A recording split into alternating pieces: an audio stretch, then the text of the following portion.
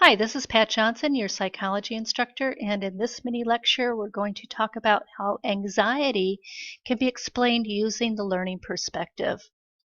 Now, I want you to go back in your mind to everything we learned about learning theory. If you recall, we went over classical conditioning, operant conditioning, and observational learning.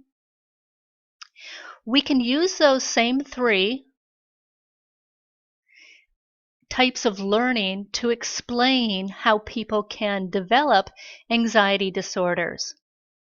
So let's first take a look at classical conditioning, and let's use the example of phobias. Phobias can often be classically conditioned.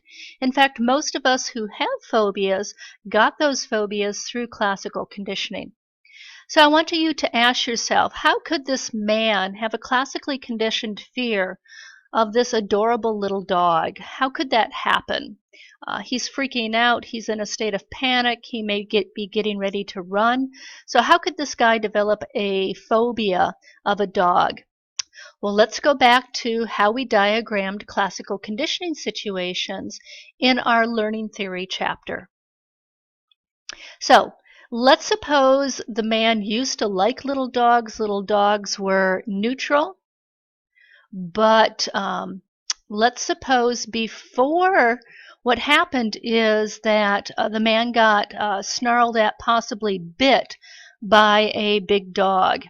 And so before the man saw the big dog, he saw a brown dog, and he saw a brown dog. Then the brown dog bit him, and he had fear. So our unconditioned stimulus is a dog snarling and biting, and the unconditioned response to that is fear. And before the brown dog bit him, he saw a brown dog. And so now when he sees a brown dog, he has that same conditioned response of fear. So we have an unconditioned stimulus of a dog biting and snarling, causing fear.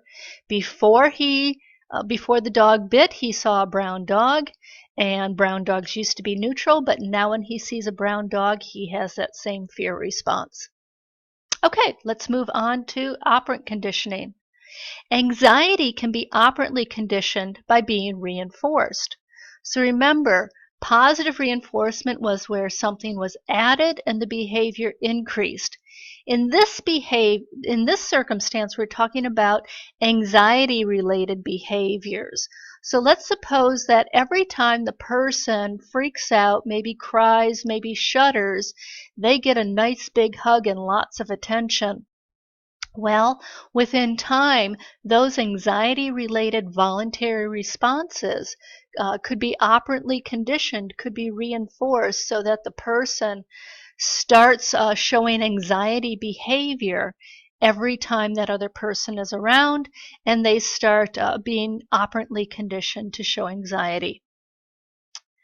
Now let's move on to observational learning, our third type of learning.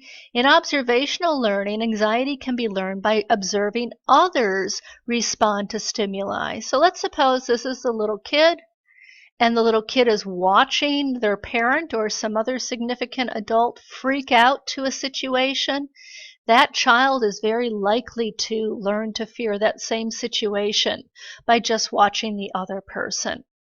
So in this little lecture, we've seen how classical conditioning can cause what used to be neutral to be learned phobic situation, a phobic response. We've learned how operant conditioning can be part of anxiety when anxiety-related behavior is reinforced. And we've learned how anxiety can be learned by observing somebody else respond in that manner to a situation.